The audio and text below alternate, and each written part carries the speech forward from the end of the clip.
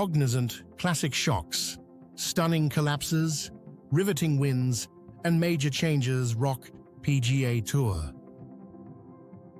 Nico Echavarria snatched victory at the Cognizant Classic after Shane Lowry's late collapse at PGA National.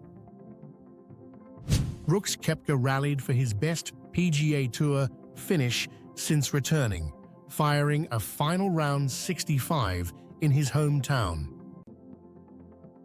Controversy and drama surrounded Billy Horschel, who broke a club mid-swing during a nightmare Cognizant Classic round. Drastic PGA Tour schedule changes and prize payouts loom, leaving lower-tier events and players facing uncertainty. Stay tuned for more dramatic golf news and tournament highlights every week.